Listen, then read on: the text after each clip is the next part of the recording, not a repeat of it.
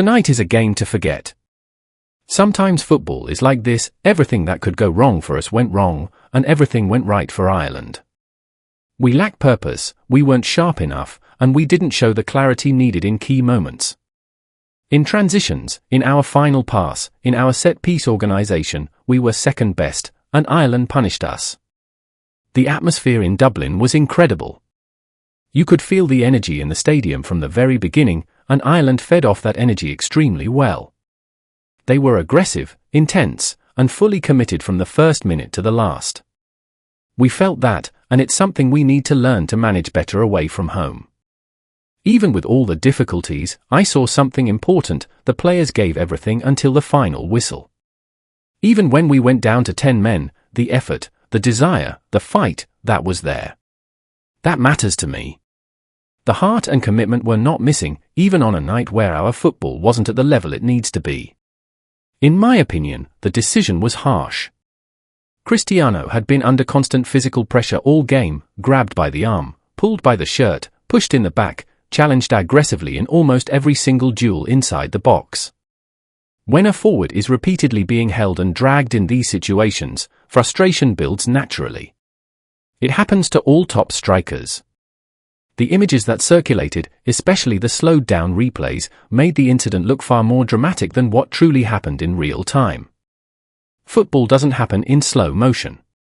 It happens at full speed, with instinctive reactions, and what you see in a still frame doesn't always reflect the intention or the force of the action. Cristiano is one of the most experienced players in world football. He knows how to control himself. He wasn't trying to injure anyone, and there was no malicious intent. It was a moment that came from physical pressure. Tonight, after Portugal's 2-0 defeat to Ireland, Roberto Martínez walked into the press room looking calm but clearly disappointed. And as he began speaking, he delivered a very honest, very reflective breakdown of a night that simply went wrong for his team. Martínez opened by saying that this was a game to forget, a match where, in his words, everything that could go wrong for Portugal went wrong, and everything that could go right for Ireland went right. There was no attempt to sugarcoat the situation. He explained that Portugal lacked purpose, sharpness, and clarity in the key moments of the match. Whether it was transitions, the final pass, or set-piece organisation, he admitted his team were second best, and that Ireland punished them with full efficiency. He spoke highly of the atmosphere in Dublin, saying that the energy inside the stadium was immediately felt from the first whistle. Ireland fed off that energy, playing with aggression, intensity, and commitment for the full 90 minutes.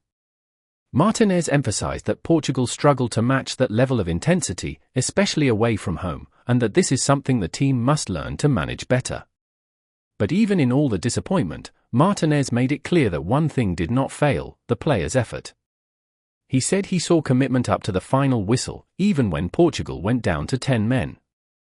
The desire, the fight, the work rate, he felt those remained intact.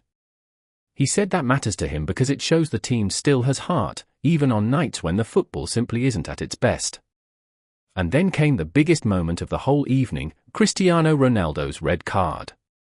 Martínez went deep into this topic and expanded on it with an unusual amount of detail.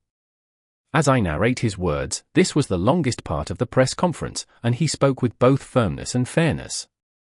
He said, in his view, the red card was harsh, not because referees shouldn't make tough decisions, but because the context of the match matters. According to Martínez, Cristiano had been under constant physical pressure the entire game. He explained that Ronaldo was grabbed by the arm repeatedly, pulled by the shirt, nudged in the back, and aggressively challenged every time he got near the ball inside the penalty area. He said that when a forward, any forward, is subjected to that type of pressure non-stop, frustration builds up naturally. It's human, it's normal, and it happens to every top-level striker who is heavily marked.